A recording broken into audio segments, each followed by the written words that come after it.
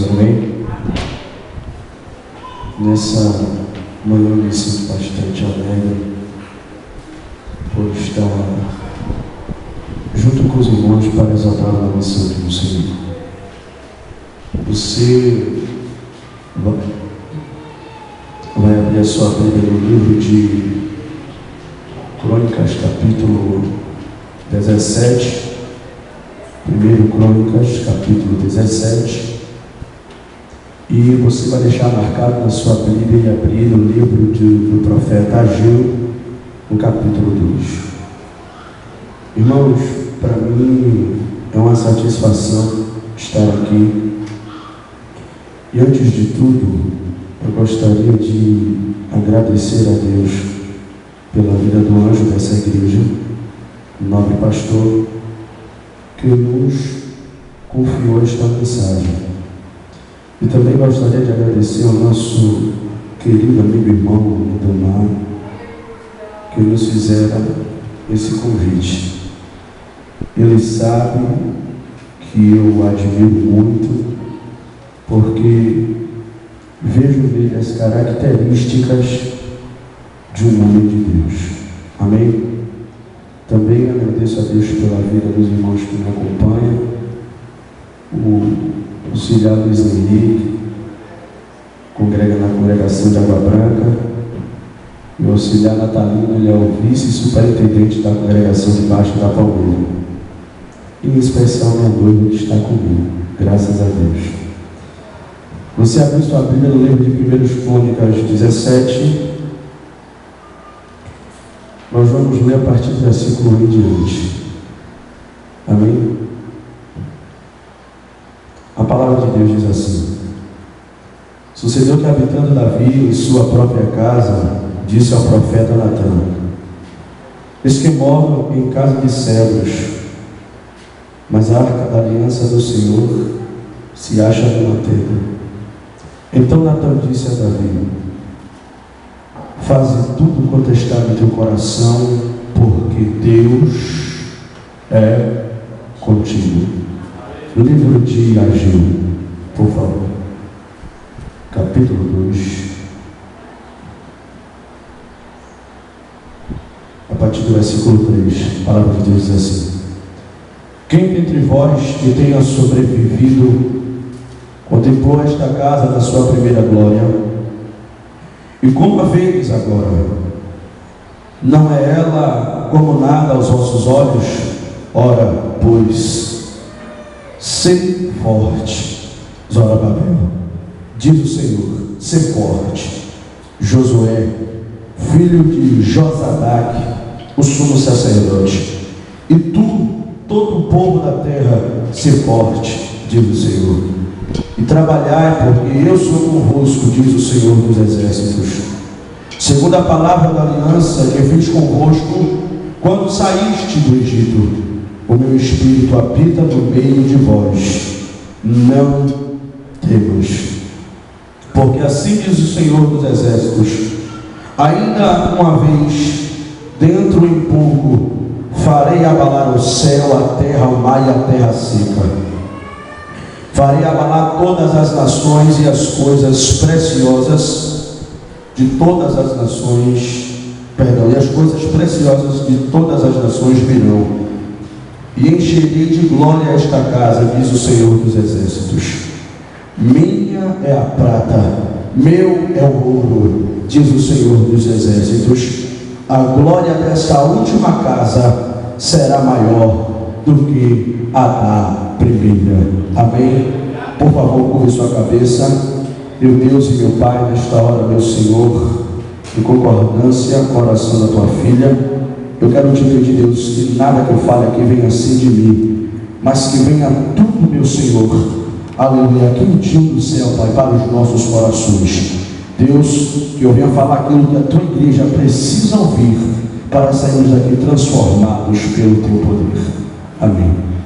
Eu gostaria de pedir ao nosso tecladista para fazer aquele fundo musical abençoado em nome de Jesus.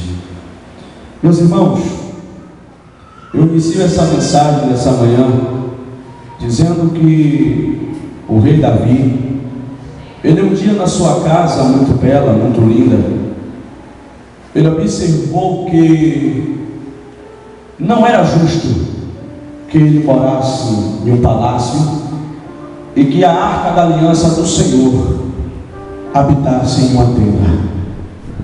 Naquele instante, Davi coloca no seu coração o desejo de construir um templo, o desejo de construir uma casa que seria chamada casa de oração, uma casa que seria chamada casa de louvor, uma casa que seria chamada casa de arrependimento, uma casa que seria chamada casa de louvor e adoração ao eterno Rei dos Reis e Senhor dos Senhores. Eu gostaria de pedir bastante a sua atenção, porque é uma mensagem um pouco extensa e um pouco complicada para você entender o que Deus ele quer falar conosco. Amados e queridos irmãos, a Bíblia diz que Davi, com este desejo, começou a arder no seu coração. Ele chega até o profeta Natã e ele diz: mas profeta, observa bem comigo, eu moro em uma casa de cedros, eu moro em uma casa bela, em uma casa muito linda, e a arca da aliança do Senhor habita em tenda. O profeta, naquele mesmo instante, com a visão do céu, com a mente de Cristo, ele entende o que o rei Davi o quis dizer, e ele fala: olha, rei, faze tudo quanto está no teu coração, porque Deus é contigo. Na sequência desse versículo, a Bíblia diz que naquela mesma noite, quando o profeta Natã estava na sua casa, Deus veio até aquele profeta e disse: olha, diga a Davi que eu não estou neste negócio. Não é ele que vai construir uma casa para mim, porque as suas mãos estão sujas de sangue, porque as suas mãos estão sujas pelo sangue derramado nas guerras. Porque não chamei Davi para este negócio, chamei Davi para guerrear. Não chamei Davi para ser um construtor, não chamei Davi para edificar templo. Eu chamei Davi para guerrear. Eu chamei Davi para ser líder, para ser guerreiro. Não chamei para este negócio. Daqui eu já tive um exemplo muito forte para mim e para a tua vida. Não adianta a gente querer caminhar, a gente querer fazer coisas que não estão nos planos de Deus. Não adianta Deus traçar um plano para a tua vida e você querer andar por outros planos. Não adianta Deus te chamar para o louvor e você querer pregar. Não adianta Deus te chamar para pregar e você querer louvar. Se Deus propôs uma chamada na tua vida, não adianta você fugir, porque Ele não vai permitir que vá além. Mas se você estiver, aleluia, nos planos, dentro dos projetos de Deus, eu quero te dizer que você vai à frente. Eu quero abrir um parênteses aqui só para te dizer que às vezes é por isso que você fala: mas Senhor, porque as coisas da minha vida ainda não estão indo para a frente, porque as coisas ainda não estão dando certo, porque eu não tenho visto o teu governo, não tenho visto a tua graça na minha vida como tu me prometeste. É porque você não entendeu a voz dele, e que a partir do dia que você passar a fazer aquilo que ele quer, você vai ter as coisas na sua vida dando certo. Eu observo que o profeta Natã disse: mas Deus, eu nesta manhã disse ao rei que ele poderia fazer, pois tu estavas no negócio, e agora eu vou voltar com a minha palavra. Como se Deus dissesse àquele profeta: eu não mandei te dizer nada, tu agiu por emoção. Eu não mandei te dizer ao rei Davi que era para ele construir, eu não mandei. E o profeta, como todo profeta obediente e temente a Deus, no outro dia ele sem pensar voltou, chegou até o rei e disse: olha, rei, nesta noite o Senhor me visitou e me disse que não está no negócio. Nessa noite ele me visitou e disse que não é para você construir o templo, mas que é para você preparar tudo para quem está chegando, para quem vai te suceder neste reinado. Observa aqui que Davi, naquele instante, ele ouviu as palavras do profeta e atendeu a voz de Deus, e ele disse: assim será. Se o Eterno não quer que eu construa, eu não vou construir, mas a minha contribuição eu vou deixar. A Bíblia diz que Davi começa a juntar ouro, que Davi começa a juntar bronze, que Davi começa a juntar prata, que Davi começa a encomendar madeira para a construção do templo. Ou seja, ele não pensou em acabar com tudo para que o seu filho que iria lhe suceder não tivesse condições de construir o templo. Mas ele, como um homem temente, sincero na presença do Senhor, ele disse: eu vou preparar tudo, eu vou deixar tudo no jeito, para quando Salomão tomar o reinado, ele começar só a fazer levantar as paredes, porque a minha parcela de contribuição eu vou deixar. É você, crente, que um dia foi chamado por Deus, aleluia, e não entendeu que o que Deus tinha na tua vida era diferente na vida do teu irmão, e começou a pisar no teu irmão, e começou a querer que teu irmão não fosse para frente. Nessa manhã eu quero te dizer, ao invés de tu passar rasteira nele, estende as tuas mãos e diz: tu quer ajuda? Estende as tuas mãos e diz: eu vou te ajudar. Estende as mãos e diz: olha, eu não posso fazer muito, mas o que eu puder fazer por ti, eu vou fazer.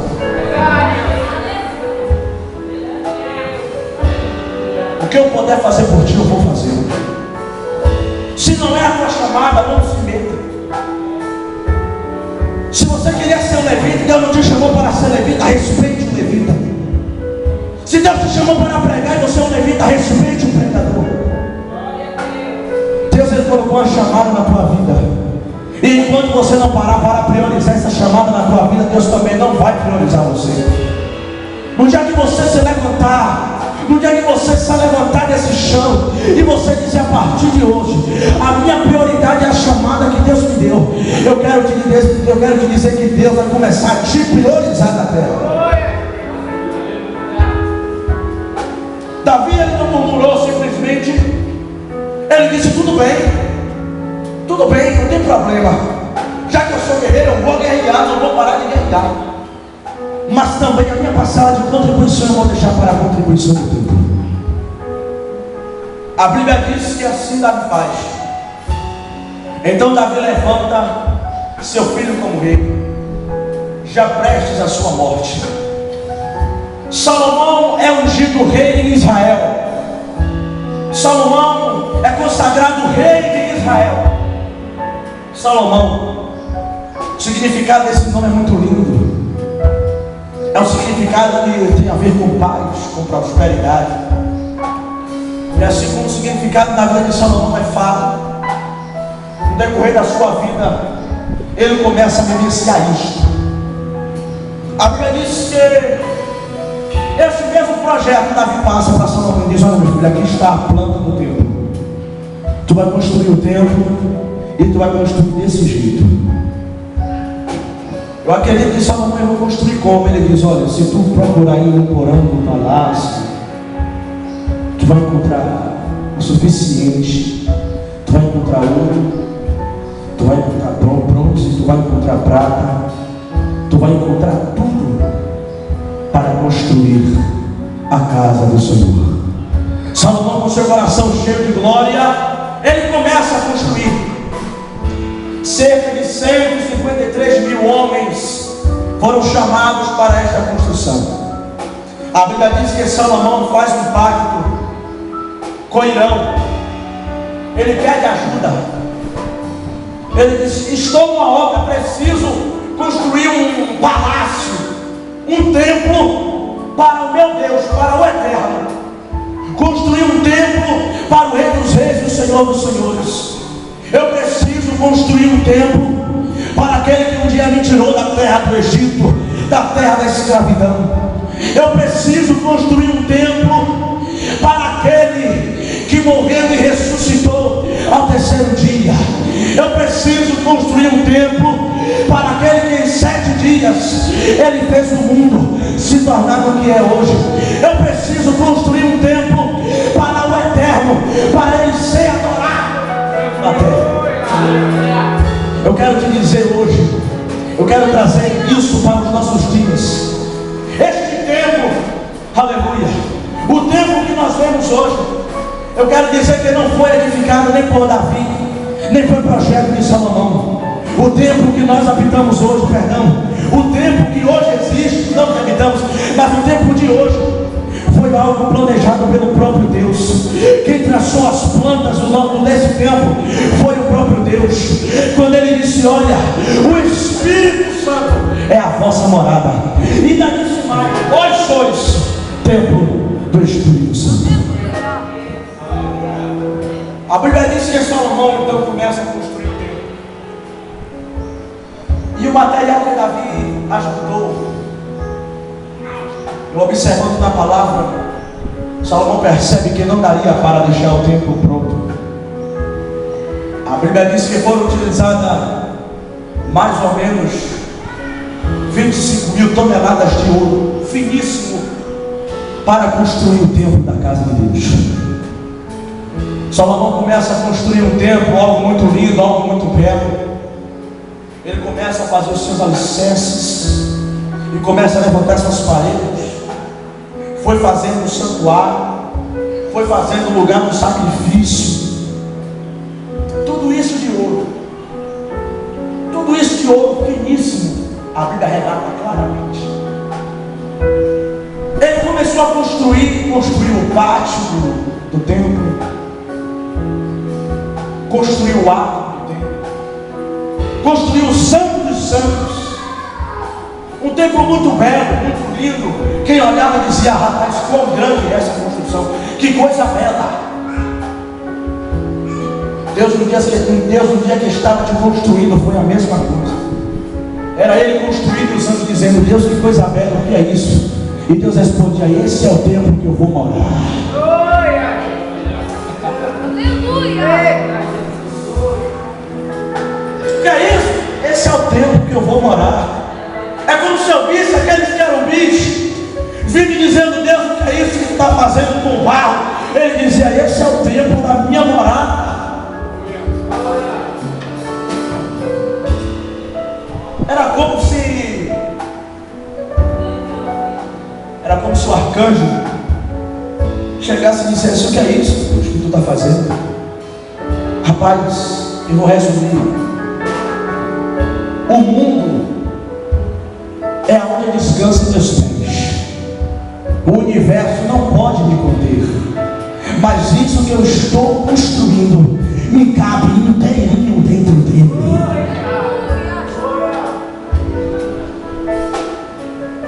Salomão começou a construir aquela coisa linda, aquela coisa bela.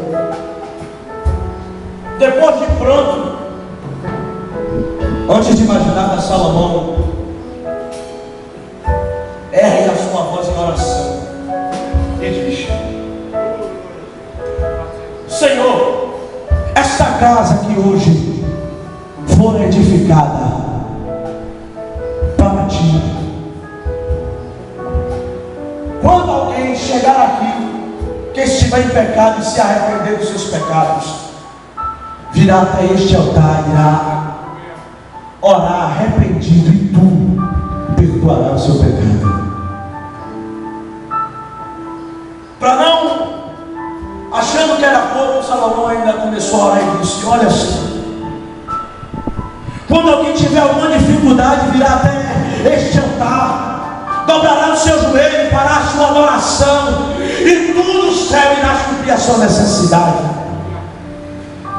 Ainda digo mais, me permita dizer mais, meu Deus.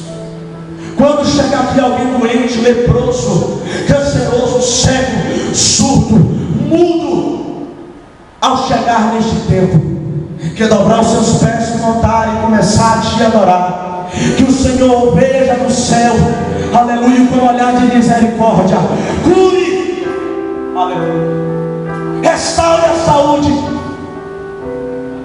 Escuta bem isso aqui.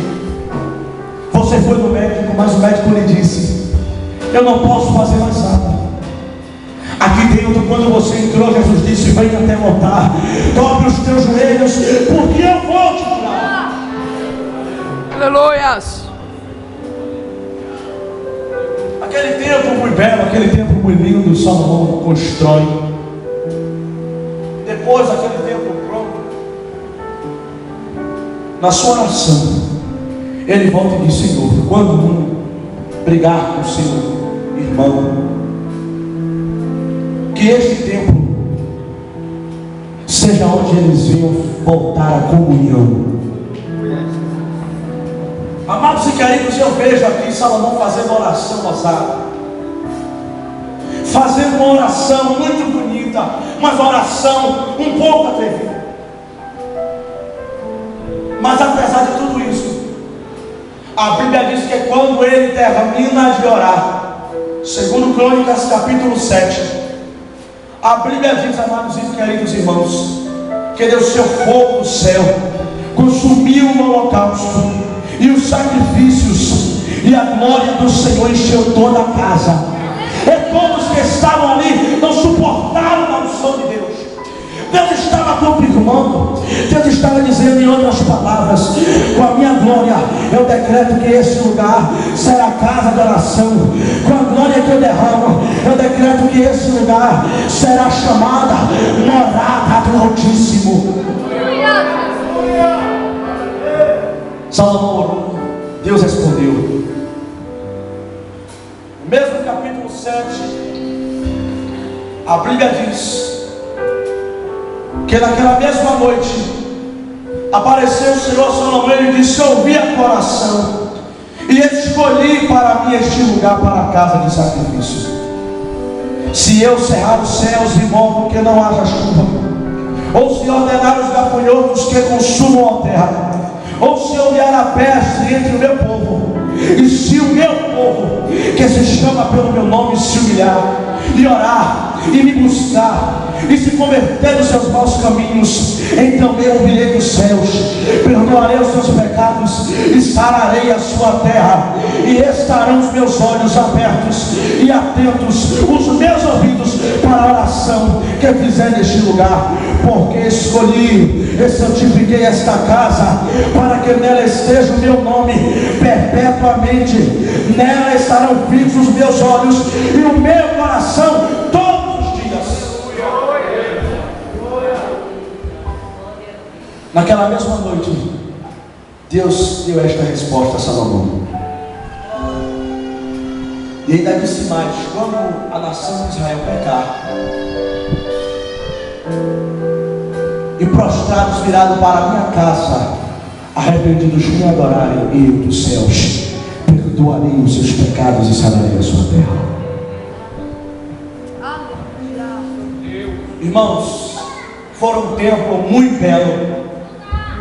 Pessoas de todas as partes do mundo começaram em Israel para duas coisas: ver a construção que fora feita por Salomão e ver a sabedoria de Salomão, que tinha expandido sobre todo o mundo a notícia: há na terra de Israel um rei muito sábio. E essa notícia se espalhou por todo o mundo, e as pessoas iam, chegavam lá, olhavam aquele templo e diziam: quão belo é. A glória desse templo preenche. As pessoas ficavam maravilhadas com aquele templo, com aquela construção muito bonita. Só que, infelizmente, o inimigo de nossas almas, ele sempre se levanta, e se a gente não vigiar, ele consegue. A Bíblia diz que o filho de Salomão não fez aquilo que Salomão fez, não viveu aquilo que Salomão viveu. A Bíblia diz que seu filho não adorou ao Deus verdadeiro. A Bíblia diz que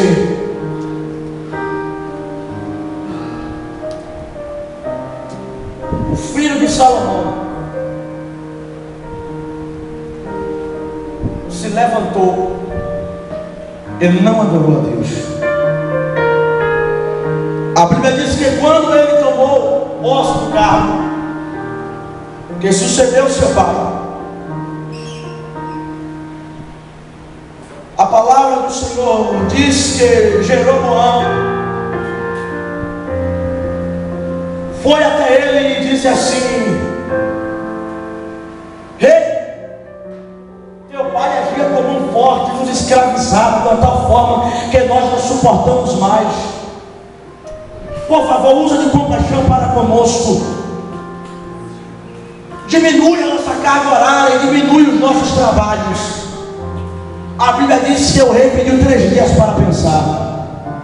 Nesses 3 dias ele procurou sábios, consultou homens inteligentes. Esses homens inteligentes disseram a ele: olha, faz o que o povo está te pedindo, porque você será muito amado por eles e ganhará o seu respeito.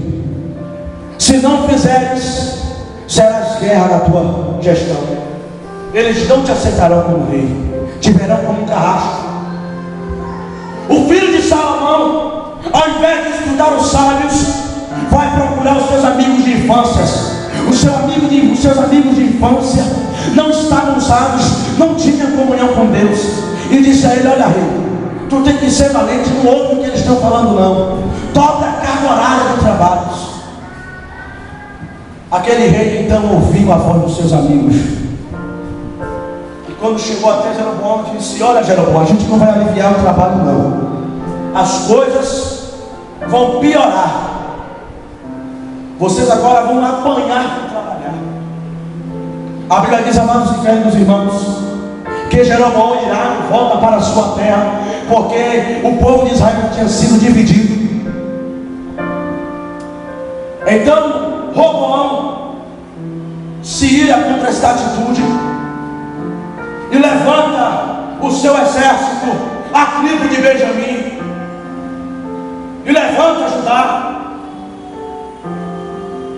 e vai guerrear, se eu não me engano, com 400.000 homens, e vai guerrear contra a terra de Israel, aonde Jeroboão estava reinando.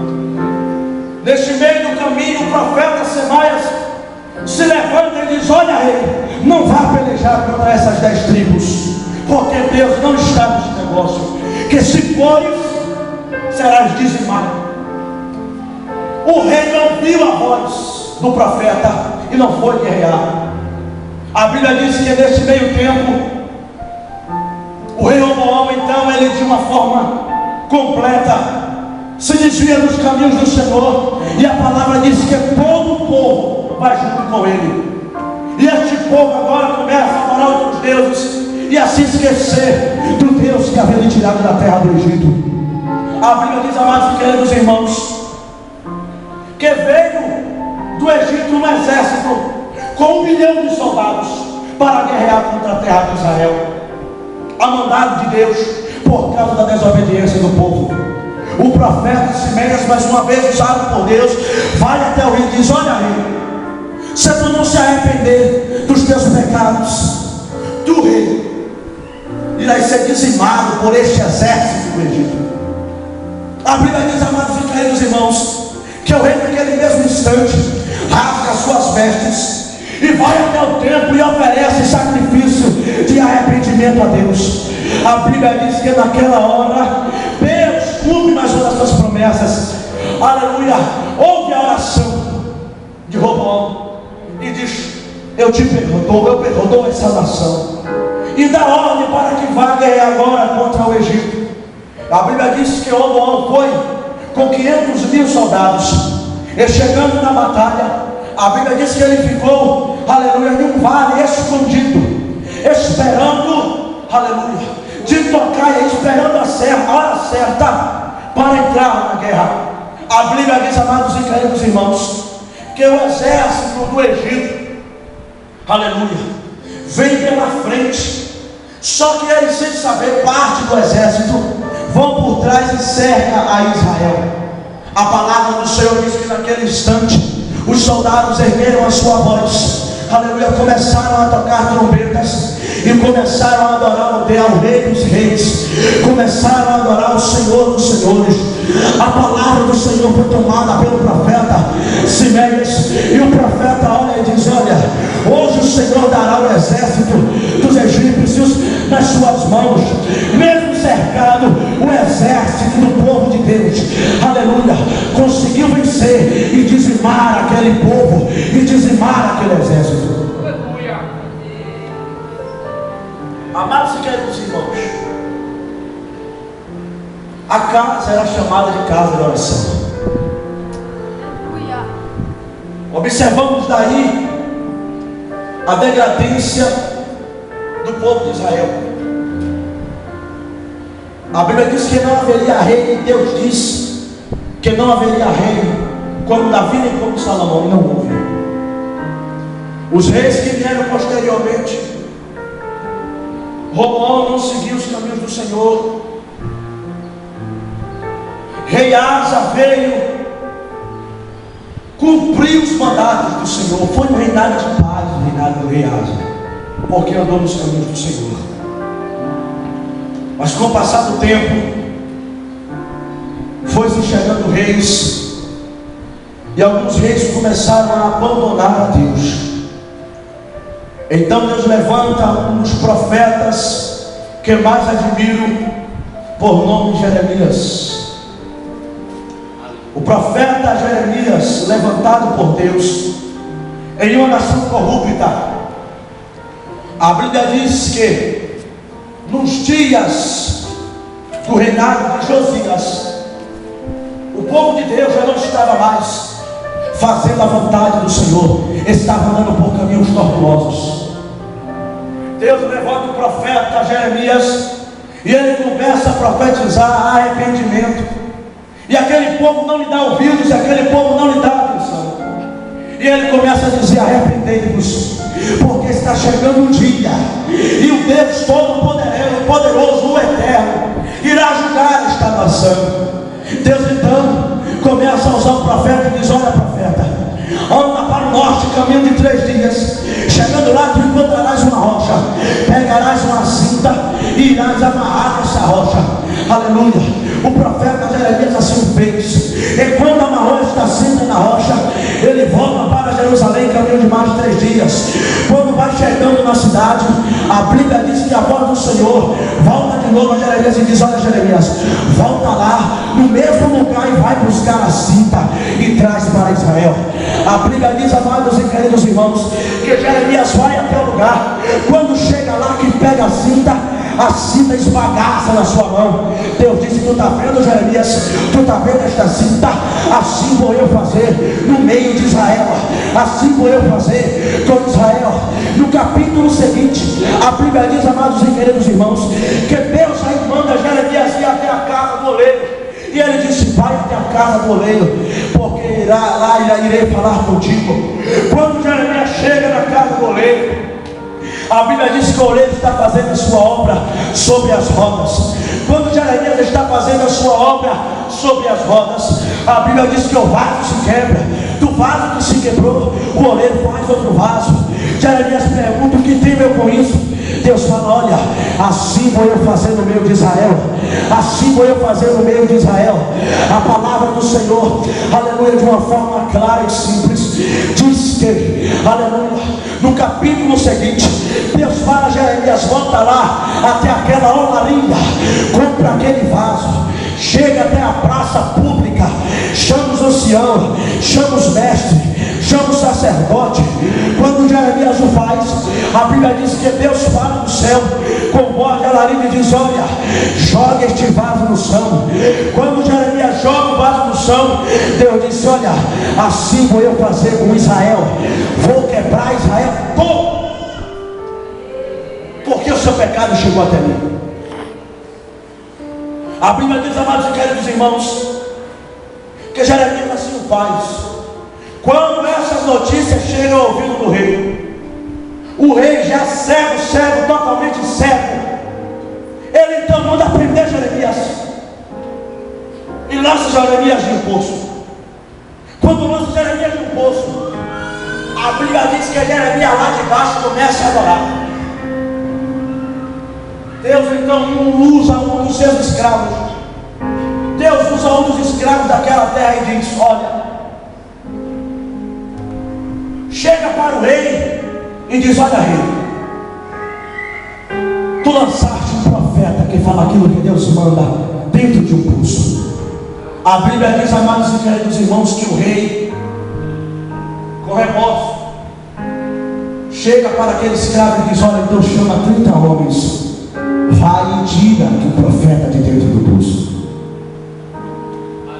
Aquele escravo obedece a voz do rei, vai lá, com 30 homens, pega uma corda, tira Jeremias de dentro do poço. Quando tira Jeremias de dentro do poço, o rei agora manda que levasse Jeremias até ele, para que o próprio Jeremias pregasse ao rei. Jeremias pregou arrependimento.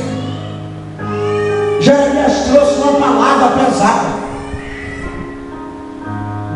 Jeremias não trouxe uma palavra mansa, não. Ele disse: olha, ele tem que se arrepender, porque tu estás em pecado. Se tu não se arrepender, os dias dessa terra estão contados. Você pode estar se encontrando hoje nessa situação. Um dia você era um templo lindo, um templo de glória, mas hoje você está em fase degradante. A Bíblia diz, amados e queridos irmãos, que a profecia de Jeremias começa a se cumprir naquela terra. Deus agora chama a Babilônia, e a Babilônia veio com o seu exército para sitiar a Israel. A Bíblia diz que a Babilônia entra na terra,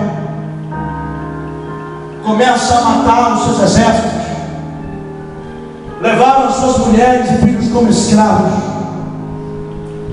A Bíblia diz que o chefe da guarda, por nome de Nebuzaradan, chega até o templo, destrói o templo, rouba os utensílios e leva até a Babilônia.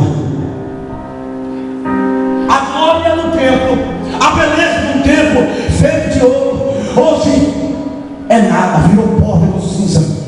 A Bíblia diz que as nações passavam pela terra de Israel e diziam: o que se aconteceu neste lugar?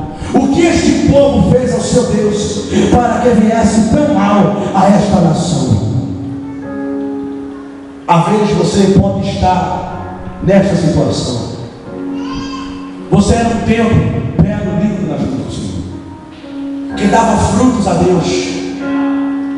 Você era um templo nas mãos do Senhor, que quando pegava no microfone, Deus te usava de uma forma que nem você entendia e ficava espantado de quantas glórias Deus fazia através da tua vida. Através de uma palavra, muitas vidas se salvaram. Através de uma oração sua, Deus curou muita gente. Através de uma atitude sua, gerou perdão, gerou comunhão. Quem sabe não foi você que ganhou sua família para Cristo? Quem sabe o pastor dizia: vai ter evangelismo, você vinha correndo pela tarde, era marcado para 13 horas, você chegava 2 horas. Dizia: vai ter escola dominical, você chegava 1 hora antes para consagrar a Deus. Dizia: é culto de hora de doutrina, é culto de oração, você chegava 7 em ponto para ter o prazer de orar 1 hora de relógio. Já vê o pastor passar do horário, acabar 9h30, você ficando assim: rapaz, se o pastor fosse até a meia-noite, eu ficava aqui ouvindo esta palavra. Quem sabe você não passou por circunstância da sua vida que você começou a dizer: a partir de hoje eu não canto mais. E depois desse dia o pastor te chamou para cantar, você não foi. O pastor te chamou para pregar, você não foi. Quem sabe pelas adversidades das lutas, você disse: eu vou abandonar os jovens. Você disse: eu vou abandonar o grupo de senhores, porque eu não suporto mais. Quem sabe as pessoas te conheciam, te diziam: ora por mim, porque sabia que você tinha uma intimidade grande com Deus. Você tinha o prazer de estar na casa do Senhor. Hoje você vem por vir e por passar tempo. Hoje você vem porque ele, se eu abandonar Jesus, ele viu. Não vem pelo motivo de adorar o Rei dos Reis, do Senhor dos Senhores. Você pode dizer amém no seu nome?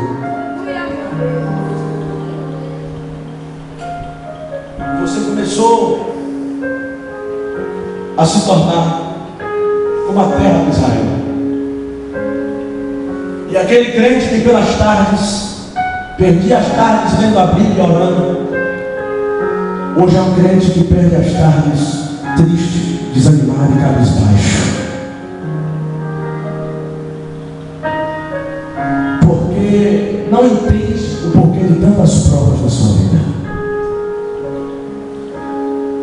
A Bíblia diz que Israel estava nessa situação. Já era uma nação que estava totalmente longe dos caminhos do Senhor. A Bíblia diz que Israel estava sendo escravizado na Babilônia. E a nação do barro, à beira do rio Quebar, Deus então levanta um profeta, por nome de Ezequiel. Deus disse: Ezequiel, fique em pé, porque eu vou falar contigo. Deus essa manhã está falando ao teu coração: fica de pé, porque Ele vai falar contigo. Deus essa manhã está dizendo a você: você está triste, desanimado? Fica de pé, porque eu vou falar contigo.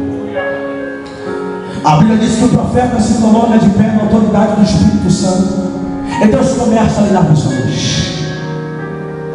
A Bíblia diz que Ezequiel começa a ver querubins, serafins. Deus perguntava: o que tu vê, profeta? Ele diz: eu vejo um anjo, duas asas cobrem o seu rosto, com duas ele voa, e com duas ele está cobrindo os seus pés.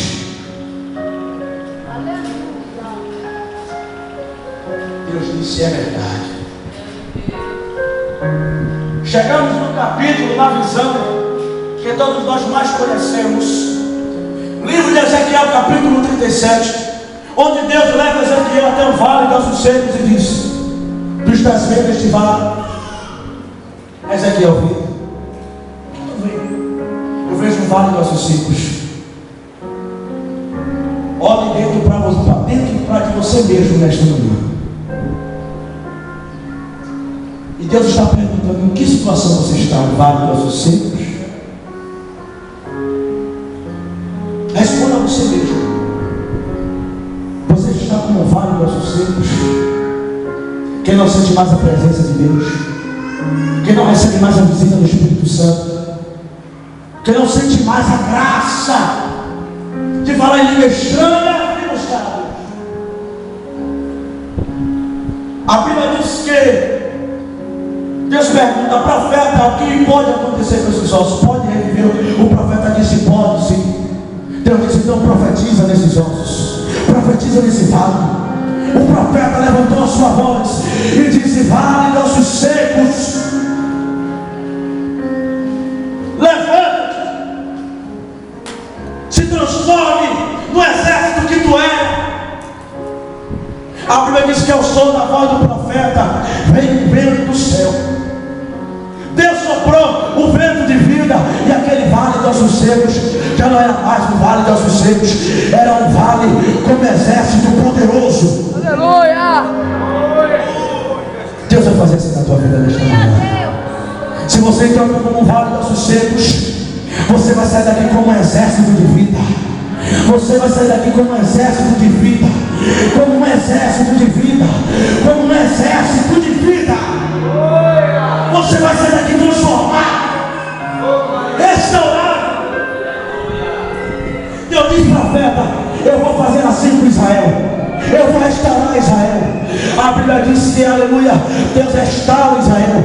Quando Deus restaura Israel, Deus chega para o profeta de Ageu e diz: profeta, eu restaurei meu povo, tu não acha que está contando nada não? O profeta disse: falta. Deus disse: vai, profeta, chama o povo para construir o meu templo. Chama o povo que nós vamos construir outro templo.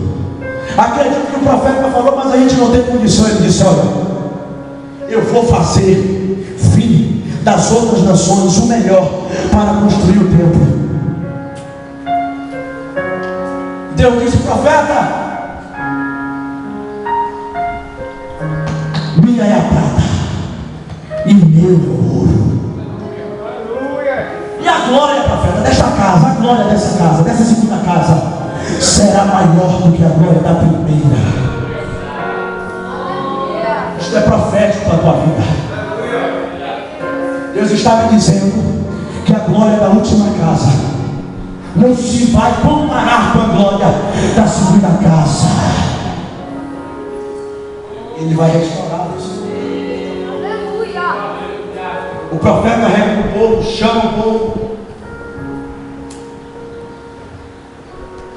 profeta: vamos construir o templo de Deus. E então o povo começa a subir nas montanhas para buscar madeira que se preste. E aquilo que Deus havia dito ao profeta, as nações agora começaram a mandar.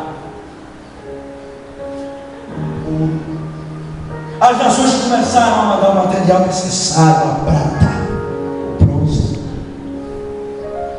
E a gente começa a edificar o templo. Começa a edificar, começa a edificar, começa a edificar, começa a edificar. Quando o templo está pronto, ele diz: é hoje a inauguração da casa de Deus. Você pode ficar de pé, por favor?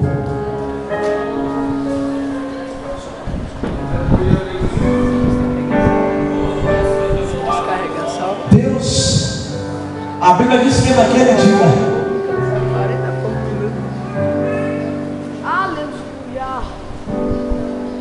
a Bíblia diz que naquele dia